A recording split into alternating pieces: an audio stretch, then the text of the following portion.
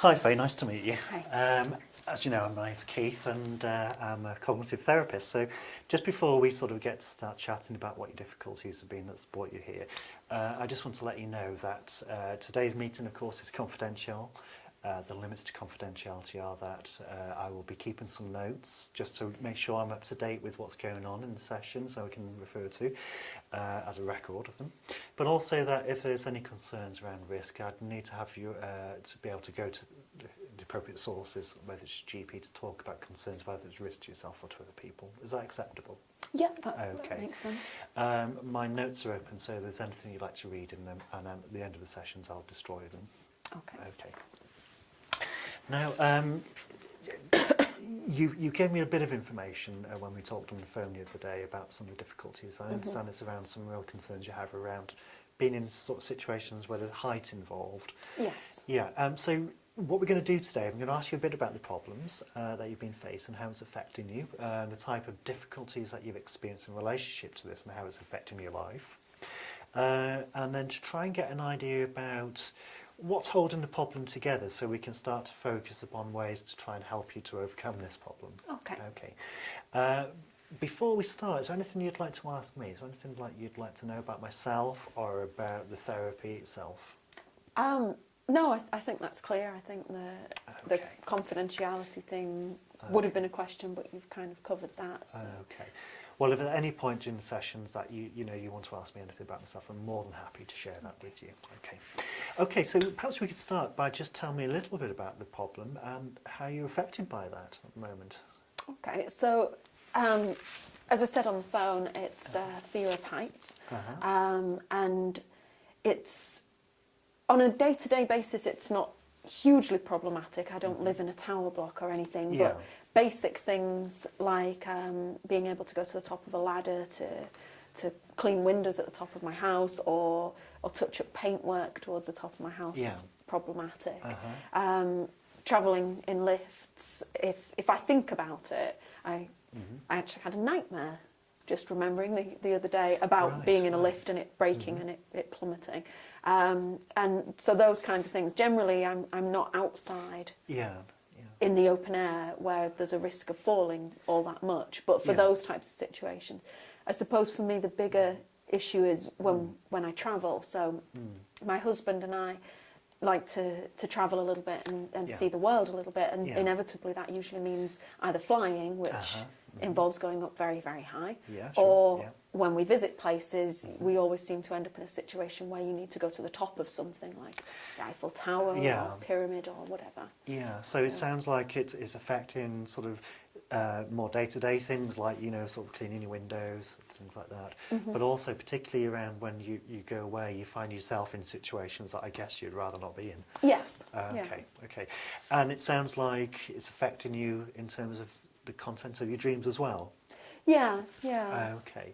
So just give me a little bit of an idea about when this started to become a problem for you and your understanding about how it's developed as a difficulty for you. Okay. Well, I've always been nervous of heights. So for as long as I can remember, I've always been a bit anxious about going up high and going up ladders or when you have like rope bridges and things like that, those types of things. But it's never been a very, very strong fear. And then about 3 years ago, my husband and I went to Cambodia. We were volunteering over there, but we visited the temples in Angkor Wat. An absolutely amazing place. Most of the temples you can climb to the top and you get a view of all of the surrounding countryside, which is amazing. And the way that you climb them, for a lot of them, are these stone steps, and they were fine. I managed with those without a problem. But there's one particular temple, and it's completely vertical. It's not completely vertical, but it's practically vertical. And the way you got up it, they'd kind of bolted this wooden ladder to the side of it. And you essentially just climbed this ladder. And it was very, very, very high. And the ladder wasn't in the best of condition. And so initially, my husband was going up there and I said, I'm not going. And I sat out. And while I was sitting there, I watched him go up and I saw a man coming down with a baby. He was carrying a baby down the ladder. and I felt so embarrassed that I couldn't do it, and there was a guy carrying a baby. So I decided that I was going to do it anyway. Right, yeah. And I climbed up the ladder, and about halfway up, it really hit me, and I started to feel really dizzy, and I started shaking, and I couldn't breathe properly. Really, I'm just absolutely terrified. And by the time I got to the top, I was crying. I think I crawled over the top of the ladder and just sat down on the floor, and no one could move me at that point. So it sounds like it was a really distressing experience, and it sounded like it was something that was influenced by you seeing that guy climb down. It sounds like your initial sort of urge was not to go up. Yes. But there was something about seeing that guy coming down. I'm just wondering, I mean, it sounds some time ago this, but do you have any recollection about what was going through your mind when you kind of saw this guy coming down with a baby? Well, I was cross anyway that my husband did it and I couldn't, because I kind of feel it's a little bit of anything he can do, I can do as well. I mean, within reason, you know, if it comes to bravery and that kind of thing, I like to think that I would. I mean, not to a ridiculous extent. He could lift something that I couldn't lift because he's a lot stronger than I am, and that's fine. Sure. But in terms of when we went to the Eiffel Tower, even though I don't like heights, we went to the same level. And we always do those things together. So I was already feeling a little bit disappointed in myself. So at the beginning, when you saw your husband going up and you're thinking to yourself, I really prefer not to do this, there was some, what were you telling yourself as he was climbing up there? And you I was telling myself that I really don't want to do this, but I'm actually really disappointed in myself for doing it. It's pathetic. It's stupid. Why can't I go up? And then this guy's coming down with a baby, and then it's even more stupid. There's somebody coming down carrying not even holding on properly, carrying a child. And I mean, okay, one of my thoughts was that guy's really stupid for taking a child up there, but in the main, I was thinking it must be safe. And I'm just being a complete coward for refusing to go up there. So on one hand, you were sort of saying that guy's it's not the best idea to do that, but on the other hand, you were sort of making quite a lot of sort of judgments and evaluations about yourself. Yeah, I suppose I was. Yeah. So I'm asking you that just to sort of get a sense of what was going on for you as you were anticipating going up this ladder in a temple.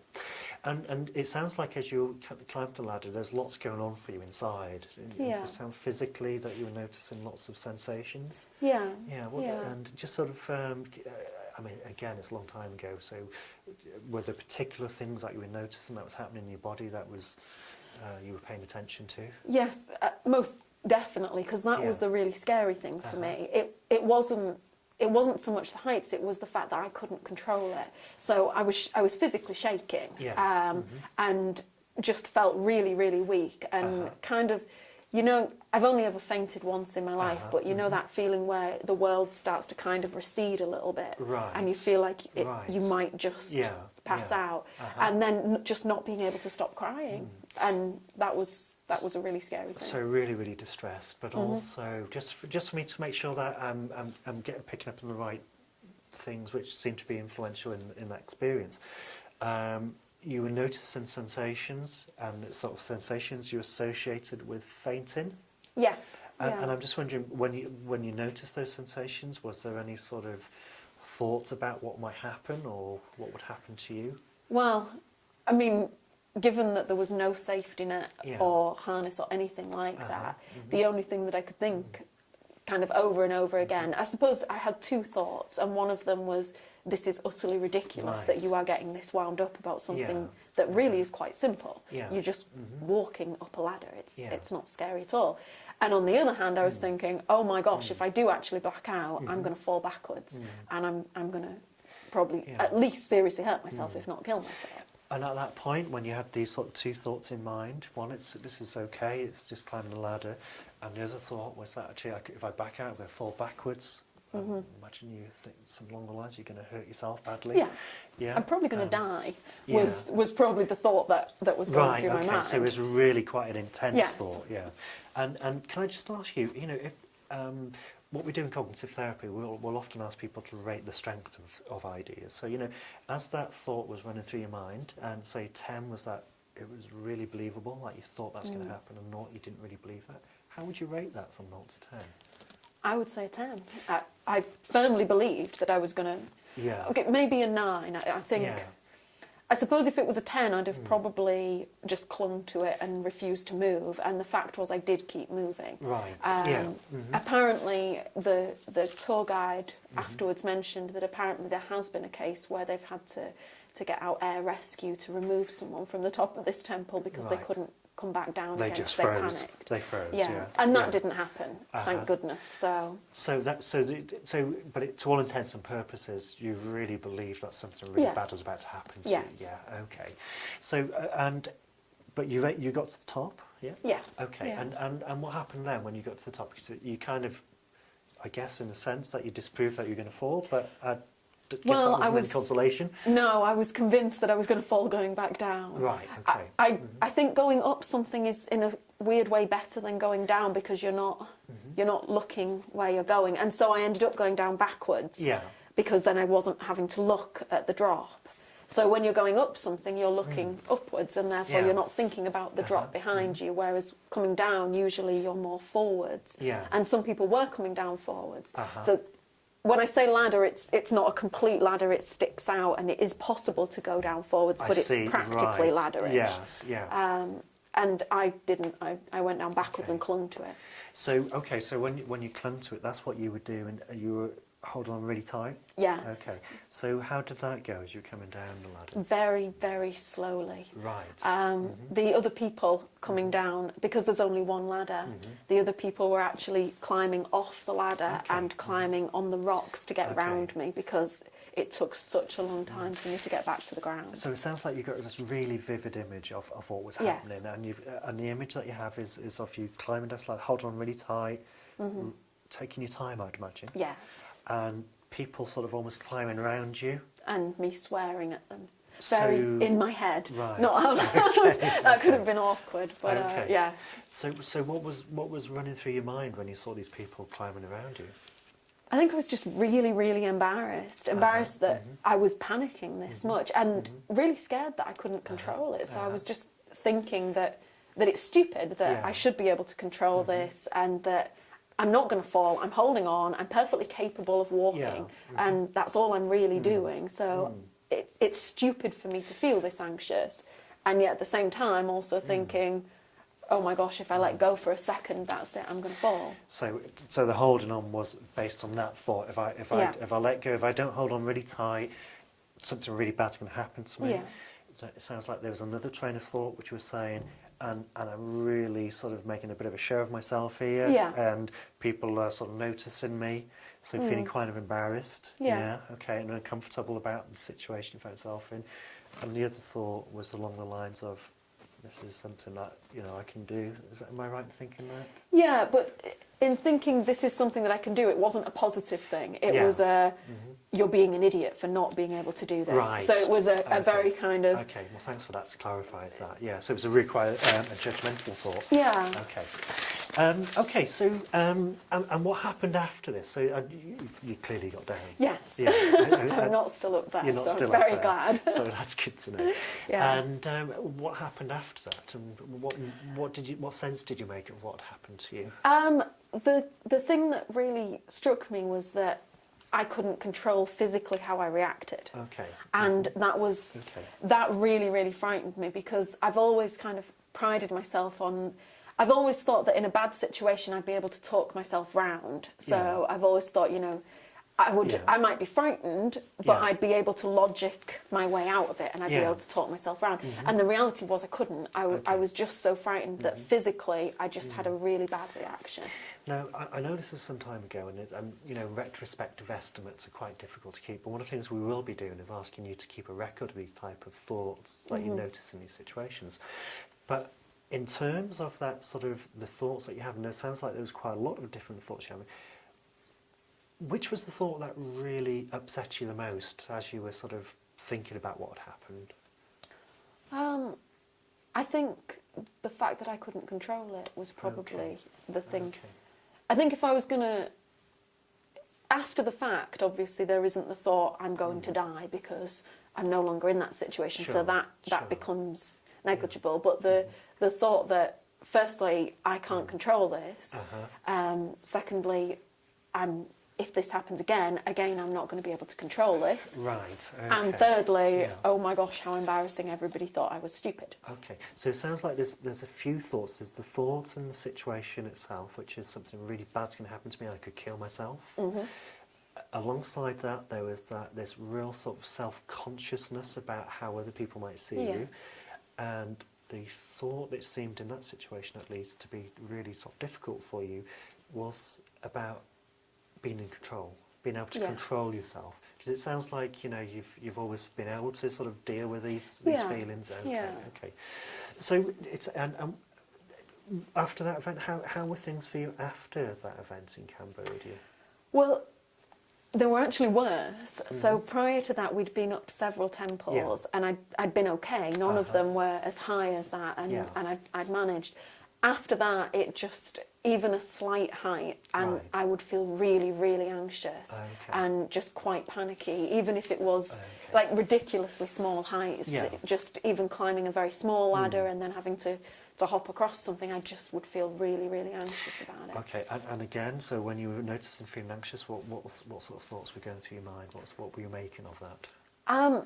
I think I was mainly embarrassed. Embarrassed that I was getting this wound up again, and this, I could kind of excuse the previous one because it was very high and it was dangerous. But then it was small heights, and I was starting to shake and feeling my breathing going, and so I was just really embarrassed and telling myself that it's just stupid. Okay, so it sounds like, again, there's lots of sort of evaluations about yourself in relationship to that's those situations that you've been finding kind of scary, but then there's quite sort of negative judgments about yourself, I guess. Yeah. And was there anything that you sort of came across that you sort of thought could help with these thoughts and feelings that you're having when you're in those situations? Did you come across any sort of solutions or anything that you thought would help prevent that? No, I suppose avoiding going up there, going on anything high. Usually if my husband's with me, then that makes things a little bit easier. So having your husband in close proximity to you? Yeah, so that makes things easier. And not having other people there helps. So if I'm on my own, then I can kind of do it in my own time, and so the less people, the better, really, because I'm not really thinking about other people watching me. And so let me just sort of sum this up then, Faye. So following that experience in Angkor Wat, there's been a set of sort of thoughts that you had at that experience, but it sounded like after that it continued. You were really sort of watchful about those feelings, how you might feel in situations, and quite aware of how you might appear. And then since then, it sounds like you've found ways to try and minimise those sort of concerns and those worries that you have, and one of those is by keeping your husband. Your husband's name is Colin. Colin. Okay. So by having Colin close, and by staying away from other people in those situations, that is something that you found brings your anxiety and discomfort down. Okay. Okay. I think so. Okay. And I'm just sort of thinking, from those events back in Cambodia, can you just give me a sense about now how it affects you, and have any of those sort of thoughts, have they occurred since that time? Well, on a kind of, so there's been a couple of times. So last Christmas we went to Australia, and there were three notable occasions. One of them, we went in the water, in quite deep seawater, and I'm not a swimmer, and I've never really liked the water. I sound like I'm riddled with phobias. I'm not terrified of water, and I can swim. I'm just not a strong swimmer, and so it would be silly to go in dangerous water. But on this occasion, I realised in the water, we were swimming with dolphins, and we got into the water, and it was just seeing the drop underneath me, and the same sort of thoughts were coming then, and my real fear was that I was just going to go into panic, and I was just going to start splashing about and panicking and not being able to swim, and then that would be very embarrassing. So, and I was going to ask you then, what was the meaning that had for you at the time? Can you picture yourself there in the water? Can you imagine yourself being there? What was running through your mind at the time about what people would notice, what would happen? I think what I was thinking was that if I panic, one of two things will happen. I will either drown, which is is awful because Okay, obviously yeah, drowning and dying isn't Okay. great. But Of course, yeah. It's or not good for your health. no, definitely not. Or I will start ridiculously thrashing about and Okay. making a complete scene, and someone is going to have to rescue me and drag me out of the water, Okay. and everybody is going to just think that I'm an idiot. So there's two things that you really feared at that point. One is that you could die. Okay, and as you say, that's a real grounds for feeling really scared when you believe that's going to happen. And the other thing was actually you're going to really stand out, and you're going to make a bit of an idiot out of yourself, and people would notice and all pay attention to you. Okay, and what actually did happen? In that particular situation, the pod of dolphins came by, and the second you see a dolphin within arm's reach, everything else just went completely out of my head, and I can't write down. Yeah. So I think it was I think if I'd have just been in water, it might have been a very different situation, but it was a complete distraction. There was no way I was going to be thinking about anything other than the fact that there was this amazing creature next So to me. you really sound like when you became distracted and you started to focus your attention away from these thoughts, actually your feelings changed quite dramatically. Yeah. And your anxiety came down, your physical discomfort came down as well. Yeah. And it sounded like you started to attend and focus your attention on actually what sounds like a fantastic experience. Have you noticed anything similar, in other situations? Because the themes that we seem to be sort of talking about here is that something really bad could happen to you in these situations, which seems to have a real effect upon physically how you feel and emotionally how you feel, and it sounds like it influences your behaviour. So, for instance, it sounds like you hold on really tight, or you get close to your husband. And the other one that seems to happen is that you actually really start to be aware of other people and how you're going to appear towards other people. And it sounds like then you feel really uncomfortable, really anxious. Physically, I'd imagine you're feeling pretty uncomfortable too. And what I wasn't sure about that, what is it that you do at times like when you're just aware of other people and they might notice you? What do you do to try and manage that? You mean if I'm not high, if it's not a fear of heights situation, so just in everyday life? Well, it could be either. I mean, I'm just sort of thinking in relationship to these situations. The prompts seem to be in high situations, or like in the sea, when you're aware of the translucent sea and you can see the sea floor, and you become very aware of other people around you. And is there anything that you do in that type of situation to try and manage it or to stop it from happening, these things that you fear, such as people might start to notice you getting upset or distressed? Other than avoid the situation, or try to not look like I'm distressed. And I think that's what really scared me in Cambodia, because I couldn't stop myself. So normally I will put on a brave face and pretend I'm fine. And for the people around me, I mean, usually my husband knows because he knows me, and so he will know if I'm really anxious. But to anybody else, I wouldn't appear. But I mean, that's part of my job. I'm a lecturer, and I don't think there's a lecturer alive who can honestly say that they don't feel a little bit nervous before they get in front of 300 students and give a lecture. Yeah, it's normal to feel uncomfortable when you're in a social situation, when you're the focus of attention. But normally in those situations, I've put myself there, and you just take a deep breath and you get on with it, and it's fine. Sure.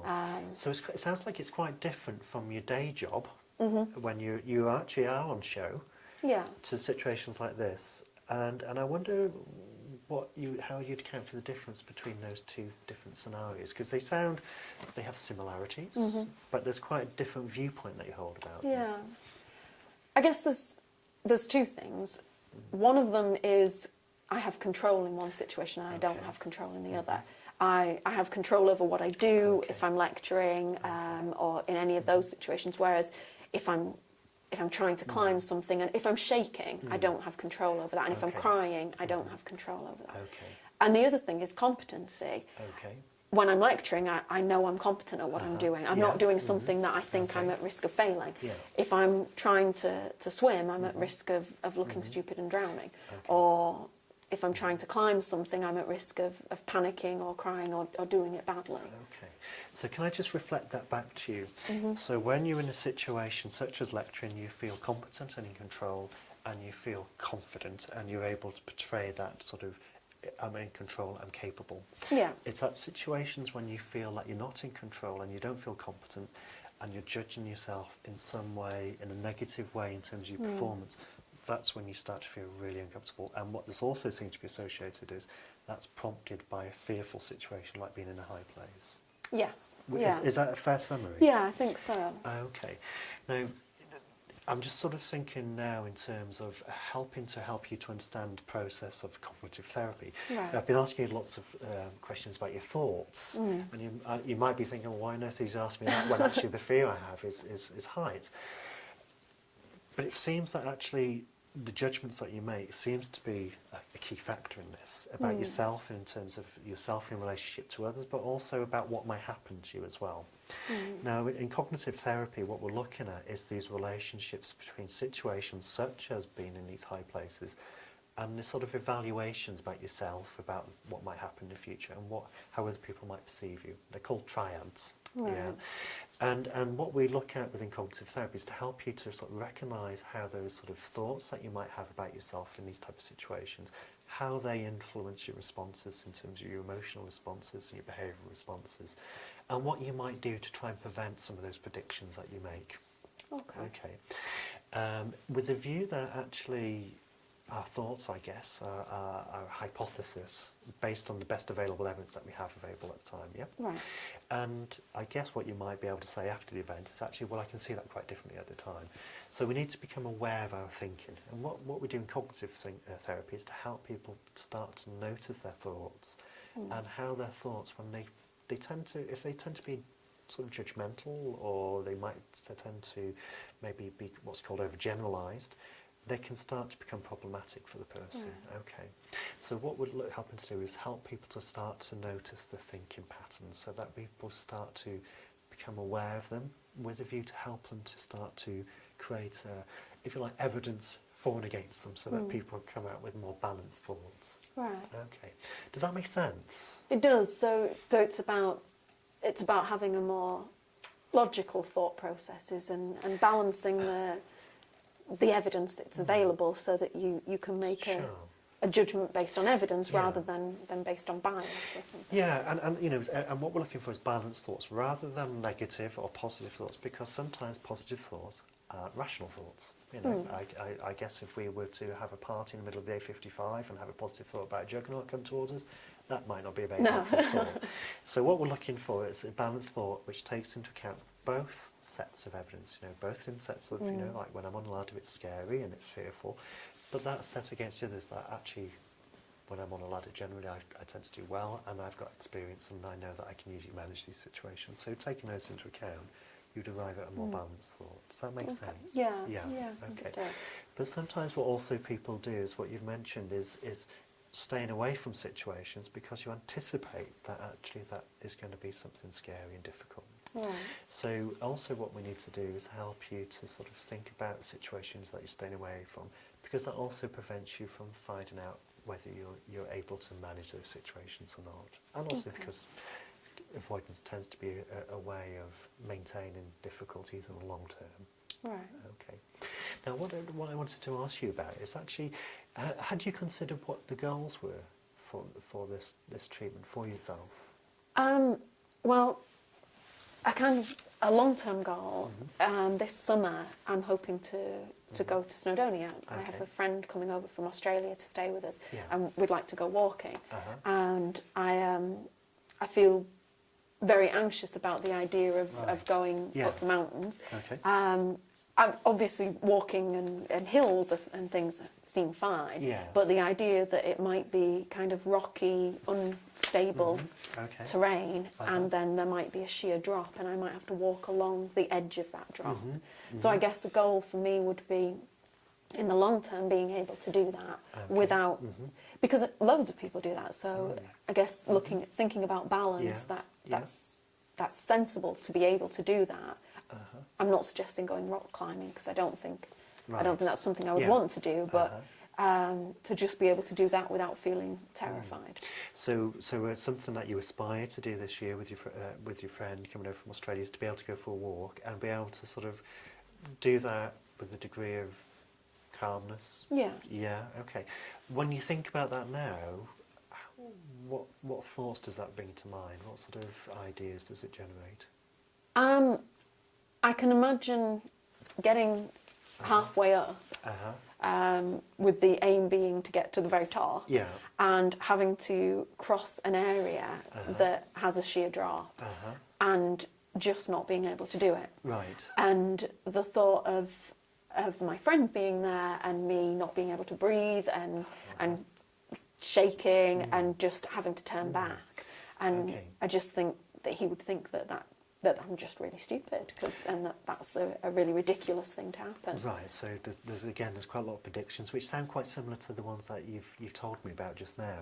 Yeah. That actually there's two parts. There's A, that you would lose control, and B, that actually the people with you would then judge you, and the consequences of that, I guess. Yeah. Okay. Is that a fair summary? Yeah, I think so. Okay. So, yeah. Yeah. Okay.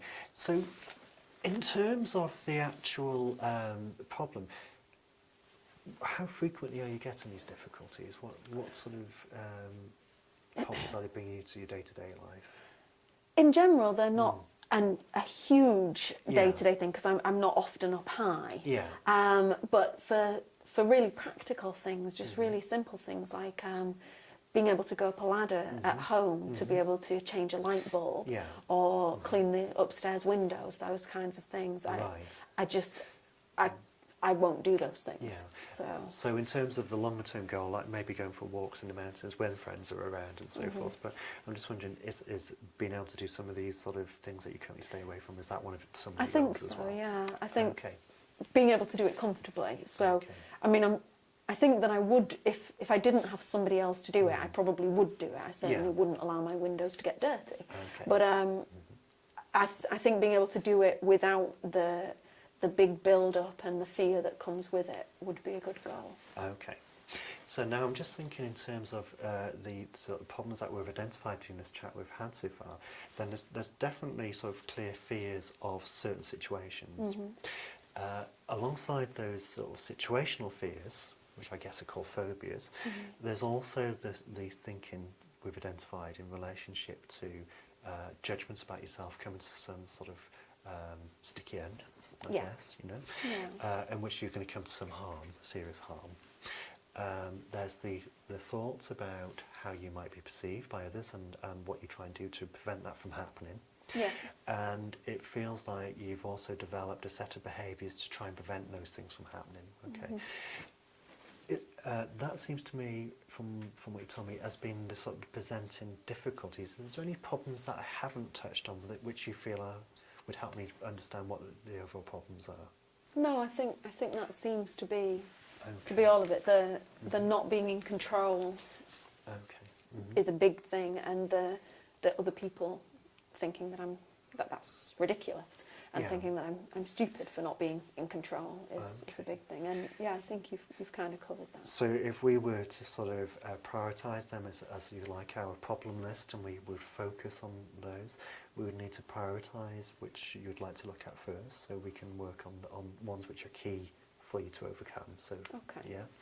Now, what I'm also mindful of is about, you know, people come to therapy, but often they don't often know the ins and outs of what the therapy is about. So would it be helpful if I was to sort of just go over what you can expect from therapy? Yeah, I think that would be good. Yeah, okay. Now, cognitive therapy tends to be a shorter term therapy. That's why we need to sort of think about what your goals are, and also to actually identify clear problems so that we can link the goals to the problems, so that we're helping you to work towards something, towards change. Okay. Now, cognitive therapy is very much an interactive therapy. It's not something that I do to you. It's a collaborative based approach. Right. And the idea of cognitive therapy, it's a bit like the analogy that's often used is, you know, with a runner, they might have a coach, but the coach doesn't do the running. The coach helps them to identify problems in their sort of their behaviour, because the goal ultimately is to run an effective race. Yeah. But sometimes actually running that race is hindered by certain things that we might do. So my role as a therapist is really to act as a coach to help to identify areas in relationship to these problems, we can fine tune and make changes in, so that you can actually run this race more effectively. Right. Okay, does that make sense? Yeah, I think that makes a lot of sense. And part of that is actually it's really important that you can give feedback to me, and that we can generate ideas to help you to overcome this. So I can come up with ideas, but you can come up with ideas with a view to helping you to check out your thinking.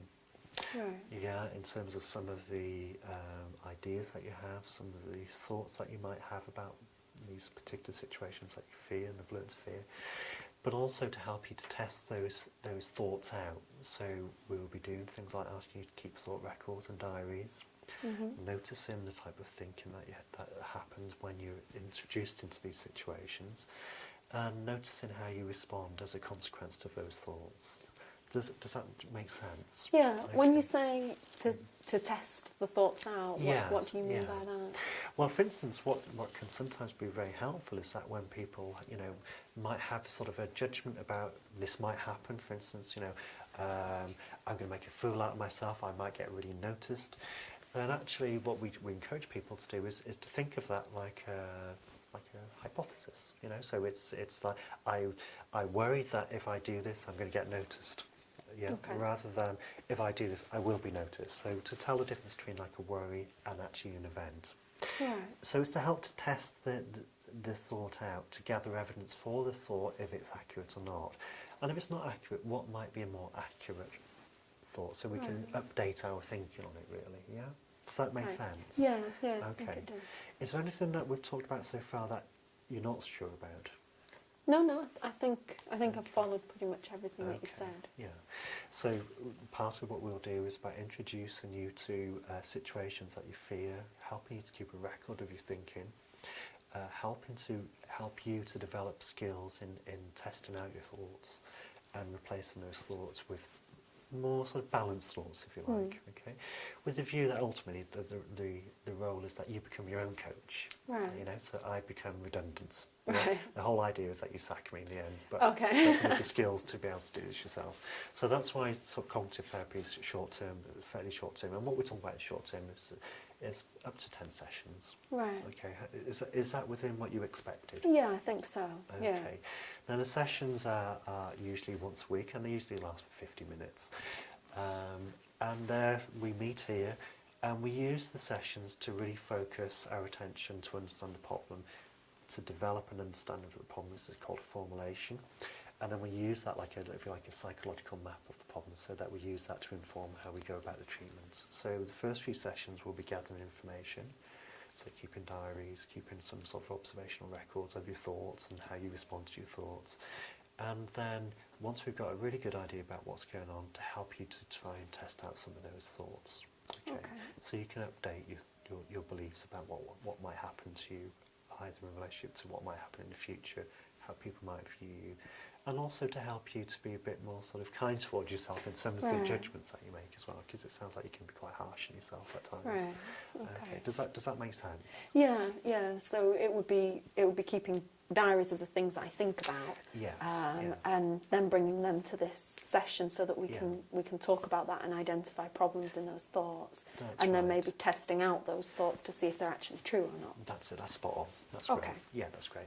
Now, what I've got with me is, because I knew that you had some difficulties with situations which are often termed phobias, I brought some information for you to take away to read. So give you an idea a bit about how phobias develop and how they're maintained, but also some information about cognitive therapy, so you can sort of, if like, gin up on it, so you become more aware of it, and ultimately to become skilled at applying this to yourself.